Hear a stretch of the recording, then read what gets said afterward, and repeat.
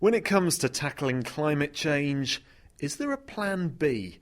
I'm Richard Hollingham, and in this special edition of the Planet Earth podcast, I'll be examining plans to engineer the climate to combat global warming. From a UK project investigating reducing the amount of sunlight that hits the Earth. What we're really testing are the principles, and one of the key things we're interested in is the effect of wind on the balloon and on the pipe or on the tether. To methods of increasing the amount of carbon dioxide absorbed by the oceans. The way it might work is that you might spread large quantities of iron into the ocean in a bioavailable form. Schemes like this are known as geoengineering, and there are many more ideas out there, including giant mirrors in space and systems that remove carbon dioxide from the atmosphere. And I'm with Matt Watson from the University of Bristol, who's project leader for SPICE, Stratospheric Particle Injection from Climate Engineering. Now, Matt, your project's designed to test the feasibility of injecting sulfur particles into the stratosphere to reflect sunlight. Is that right? Yes, that's exactly correct. So what we're interested in is looking at whether or not we can emulate natural systems to see whether or not we can reduce the amount of sunlight hitting the Earth's surface and therefore cooling the planet. And when you say the stratosphere, how far up is that? Where we want to try and do this, the models suggest that the most efficient place to do it is about 20 kilometres. Now, you're not actually going to do it. You're looking at the feasibility of it. But what's the theory? What's it based on? Okay, well, what we have from Mount Pinatubo in the Philippines was an eruption in 1991 that injected around about 20 million tonnes of sulfur dioxide into the atmosphere. That converted over time to about 30 million tonnes of sulfate aerosol, very small, very reflective particles. And what that does is bounce the sun's rays back out into space, reducing the amount of energy reaching the Earth's surface. So how does this compare with other geoengineering ideas out there? Yes, so geoengineering is a catch-all term for a suite of possible technological solutions to climate change. And they basically fall into two schools, the first of which is this thing called carbon dioxide removal, where you actually physically suck carbon dioxide, which scientists know is the mechanism by which the planet is heating up. And there are actually even different ways of doing that. You have these things called artificial trees, which capture carbon dioxide. There's also a mechanism called biochar, where you effectively bury carbon in the ground. Through to the second scheme, which is called solar radiation management. And what you're doing here is trying to manage the Earth's radiation budget, so control the amount of light either coming in or reflecting off either the stratospheric aerosols at 20 kilometres or tropospheric clouds at maybe 2-3 kilometres, or the Earth's surface. So there's even a discussion about painting roofs white. That actually increases what's known as the planetary albedo, so it still bounces radiation back out into space. Well, to find out more about what SPICE involves, I visited Hugh Hunt in the engineering department at the University of Cambridge, who's developing the technology. The SPICE project overall is divided up into three bits. The first bit is about trying to establish what particles we might put up into the stratosphere to cool the planet in some way, were we to want to do that. The second part of the project is to figure out how to get those particles up into the stratosphere safely and economically. And the third part of the project is to look at what the effect will be on the climate. The part of the project I'm involved in is the second part, which is how to get particles up 20 kilometres into the stratosphere. And the initial project is just to look at the feasibility of this. This is 1 kilometre pipe, and this is the kit we've got around us. So what is here? If we were to think about putting 20, 30 kilograms per second up 20 kilometres into the stratosphere, well, we wouldn't do that in one go because the design issues are rather difficult. No one's been able to do that up until now. So we're starting with something much more manageable, which is to put a balloon, a normal sort of blimp-sized balloon, at 1 kilometre and take pretty much an ordinary garden hose size pipe and to use an ordinary garden pressure washer to pump water up to that 1 kilometre. Which is what we've got here. We've got an ordinary... Yeah, so this is... pressure washer. This here is a pressure washer. It's rated at 150 bar. So this is the sort of thing people clean patios or driveways Yeah, with. it You can is. just buy this in any DIY shop. You do. It's got enough pressure to get the water up to 1 kilometre. And we've got some pretty ordinary hose here. This hose is, like your ordinary garden hose, is fibre reinforced, and that means it can withstand high pressure and also to withstand tension. So you're just pulling on it there, and you can't stretch that. We've got to be sure that the materials we use are going to be safe. So you have the pressure washer at the bottom, 1 kilometre pipe, and it's being held aloft by a balloon. Yeah, and we have a large I've got a balloon. party balloon I've here. got a balloon. It's just a party balloon, but what it means is I can sort of hold up a picture of what the thing might look like. So you've got the pressure washer on the ground here, the hose connected to the pressure washer, and that piece of hose, which you can't really stretch, going up to the balloon above your head. And we will put pictures of this on the Planet Earth Online Facebook page. If that works, what's the next stage? So the idea is to spray water at 1 kilometre, really because it's not objectionable. The quantities of water we're talking about is of the order of maybe 1 litre per minute, which is 1/10 of what a good shower would be. What we're really testing are the principles, and one of the key things we're interested in is the effect of wind on the balloon and on the pipe or on the tether. The idea being that if in heavy winds the whole thing falls over, then we have to think about how we might design it so that it doesn't fall over. I think it's just going to look rather dull. It's going to look like a balloon on the end of a string. And you might, if you get your binoculars out, see the stream of water coming out. One of the things we're trying to get across is that is probably what it would look like were we to put something at 20 kilometres with a bigger pipe and a bigger balloon. Well, scaled up, it'll probably look exactly the same. And were we to think about putting something up at 20 kilometres, we'd only need maybe 10 or 20 of these around the planet to effect the kind of global cooling that we might be looking for. And with the 20-kilometre project, the water isn't the thing you're ultimately going to use or might use when you're talking about geoengineering. You prefer the phrase climate engineering.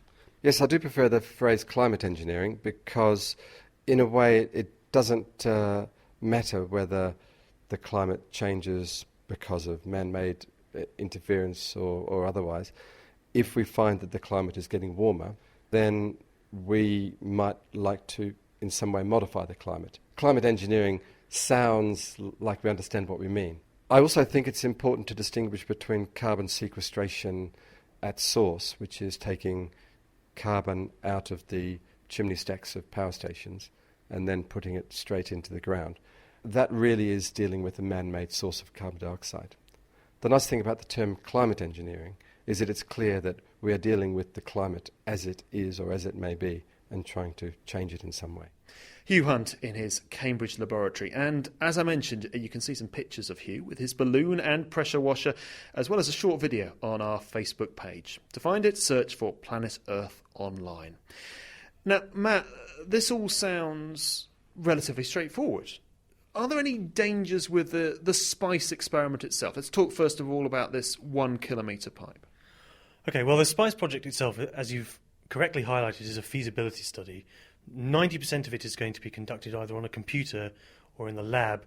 So, for example, we're going to try and characterise the optical properties of different particles, their chemical impacts on the stratosphere, again in the lab, and we're also going to do a lot of modelling. The thing that seems to have caught most people's imagination is the fact that we're actually going to get out and try this delivery system, a 1 kilometre pipe and balloon that Hugh's been talking about. There are risks associated with that. For example, we have to close airspace above it, and we have to make sure that we have strategies in place to make sure that, for example, if the pipe snapped, we can retrieve the balloon carefully, we can bring it down in a controlled manner, etc. As for the environmental impact, we're only pumping water, and we've actually gone to great lengths to make sure even that doesn't have an environmental signature. We're very mindful of the fact that there are arguments against geoengineering per se, but actually this particular experiment, I think, is exceptionally safe. What about if it was then developed, not necessarily by you, but to 20 kilometres, and first to put water through, then start putting sulphur particles through? What are the dangers of that? Well, okay, so with an increase in scale comes an increase in complexity. The engineering challenges to put a balloon and pipe to 20 kilometres are actually much more significant than 1 kilometre. You have to pass through very, very turbulent parts of the atmosphere that are moving at great speed, possibly in different directions for not much change in height. Actually, I don't think water is particularly benign in the stratosphere because there's not much water up there, so I'm not sure you'd want to pump water into the stratosphere. We'd have to actually think about what one might pump up there. If you then got to something that was climatologically active, there are a huge range of possible side effects, all of which need affecting. How do the particles impact ozone? How do they change rainfall patterns? What do they do to the radiation budget? And all of these things are things that SPICE is going to begin to approach. Why do something so complicated? Why invest the money in this? Why not plant more trees? Or do paint the roofs of houses white? I mean, they're an awful lot simpler and we know they'll work. I guess I'll have to call you on that last one. I'm not convinced they will work. The critical thing about geoengineering technologies is that none of them should get a free ride. There's been a lot of stuff written in the press recently about how some stuff is safe and some stuff isn't. I'm afraid that's utterly preemptive. We have no idea what stuff is safe and what stuff isn't. White roofs, for example, looks pretty safe, but it's not clear that it would have the desired effect. Planting trees, actually, there are huge environmental issues with planting trees. What do you do about biodiversity? What do you do about changing the Earth's reflectivity? And the same goes for cloud whitening and also for stratospheric aerosols. All of this stuff needs to be thought of exceptionally carefully before we do anything. Well, one of the most controversial ideas for engineering our climate is to increase the amount of carbon dioxide absorbed by the seas. Various ocean fertilisation schemes have been studied by scientists at the National Oceanography Centre in Southampton, where, with the wind howling outside, I spoke to Richard Sanders and Richard Lampitt. Well, ocean fertilisation in its simplest sense is just the deliberate introduction of nutrients of various sorts into the ocean in order to make them produce more. These nutrients are either what we call macronutrients, which are sort of nitrate, phosphate and silicate, or they may be micronutrients needed in very small quantities such as iron. So Richard Sanders, is this a natural process that goes on anyway? There are some places in the world's oceans where we see that these macronutrients that Richard Lampitt's just described are present in vast excess. And in those environments, we feel that occurs because these micronutrients aren't there in sufficient quantities for growth to occur. And in those regions, principally the Southern Ocean, but other places, there are some small oases of life associated with subantarctic islands, polar islands, where natural processes are eroding volcanic rocks and bringing to the sea surface these micronutrients, iron in particular, and stimulating productivity. So yes, this iron fertilisation is a natural phenomenon that occurs in many places in the oceans. And the oceans have a major role anyway, don't they, in storing carbon? That's right. The totality of the processes that occur in the upper ocean biologically that sequester carbon, we refer to that as the biological carbon pump. And that's a hugely important process going on in the background, performing a really valuable service for humanity and for all other animals and plants on the planet. It's storing massive quantities of carbon dioxide biologically in the ocean's interior. And if it didn't exist, or if it changed, really our world would be a rather different place to the one we see today. So Richard Lampitt, how would this work?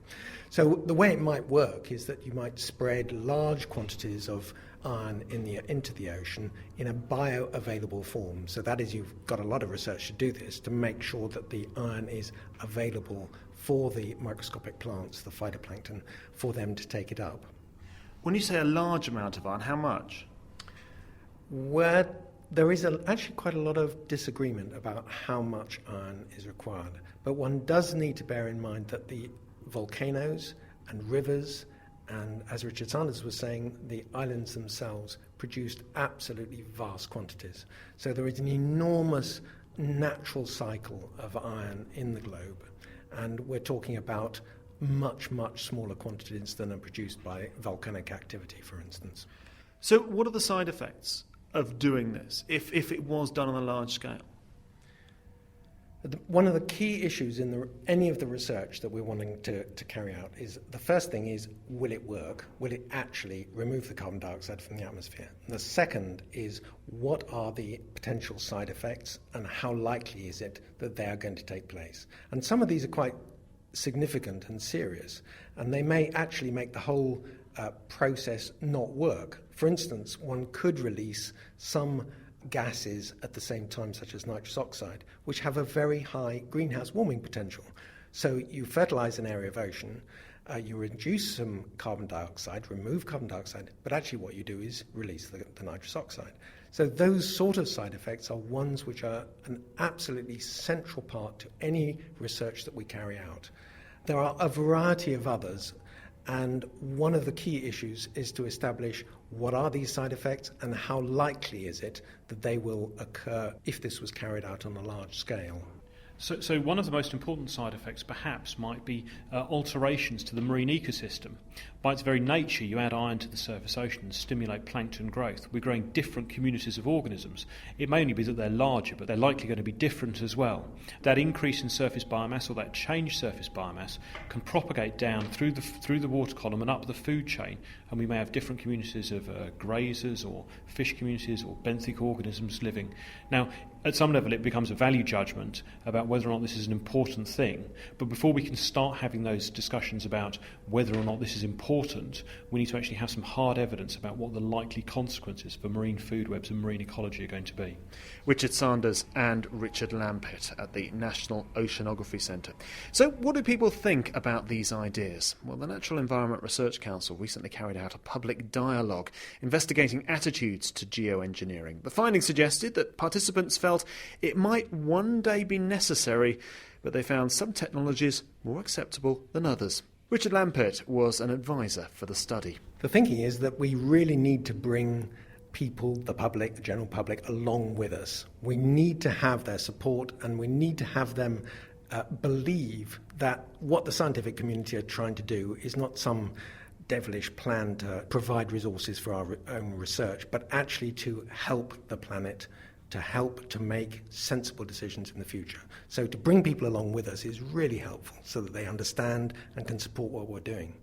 When you look, though, at the summary of the results, the level of support for ocean-based methods such as iron fertilisation was low. There were also a majority opposed to the idea of injecting sulfate particles high up in the stratosphere, the two projects we've been talking about, and the most ambitious. Does that surprise you? No, it doesn't really surprise me. I think people are nervous, and rightly so, but people are nervous about some of these schemes that have been proposed. And I think what we've got to do is to get the evidence together to do the research so that we can make sensible decisions in the future, and to engage, to talk with people, to ensure that they understand what we're doing, and so that we can also take advantage of their insights. I mean, some of these issues, the ethical ones, for instance, are not ones which the scientific community is well geared up to engage in, but there are significant ethical issues here, so we need to engage in both directions. Richard Lampitt. Well, Matt Watson from the University of Bristol is still with me. Hugh referred to all this geoengineering earlier as climate engineering, which in a way it sounds scarier. Yes, well, I think one of the reasons one might want to avoid geoengineering is that there is already a word, geoengineering, which means something quite different to geoengineers of that flavour. Climate engineering, I think, is a perfectly acceptable badge because this stuff is scary. It should be scary. If we're in the position, we're so far down the road in terms of climate change that we're having to think about these things, people should be concerned about it. Personally, I'm not an advocate of deployment of geoengineering, but I feel passionately we have to think about these things before we get to the point where we might have to deploy them without really researching them properly. I think the future is uncertain enough to justify undertaking the research, but that shouldn't be a mandate for deployment. Many people, and I think this came out in the study, and certainly many environmentalists, don't even like the idea of investigating these proposals. Yes, and maybe they have a point. I think a very sagely colleague of mine told me last week that essentially how you feel about geoengineering is broadly tied to how you feel about the success of carbon dioxide reduction. Make no mistake about it, the right thing to do is to reduce carbon dioxide emissions. That's absolutely what we should be doing, and no geoengineering project should be allowed to undermine that effort. But if you believe, as most climate scientists I would argue do, that we are approaching or even past the point of no return, these things have to remain on the table until they're shown to be too dangerous or too risky to pursue further. Isn't there a danger here that by you developing the technology, someone else will simply do it? Yes, I think that's a perfectly valid question, actually. So we were challenged by the research councils who are paying for this research to actually go away and think about that problem. They asked us that very question, but they also asked us what other applications could this technology be used for, both positive and negative. And so we've gone away and we've thought about that. There's not a clear answer, actually, to be completely honest. I think if somebody's going to deploy without a mandate, particularly in terms of sulfate aerosol or any other aerosol that might reflect light, I think they'd do it whether or not we'd done the research or not. And actually, because we're trying to be objective, you could argue that we don't know whether or not this technology is going to work or not, and therefore, if we find out it doesn't work, that's less likely to make people who are reckless deploy. So I think the other option is just to stick your head in the sand and hope that nothing bad happens, and that's less palatable. Matt Watson, thank you very much. You can share your opinions on our Facebook page, and for more information and features on geoengineering, or if you prefer, climate engineering, as well as technologies such as carbon capture and storage, do visit Planet Earth Online. I'm Richard Hollingham. Thanks for listening.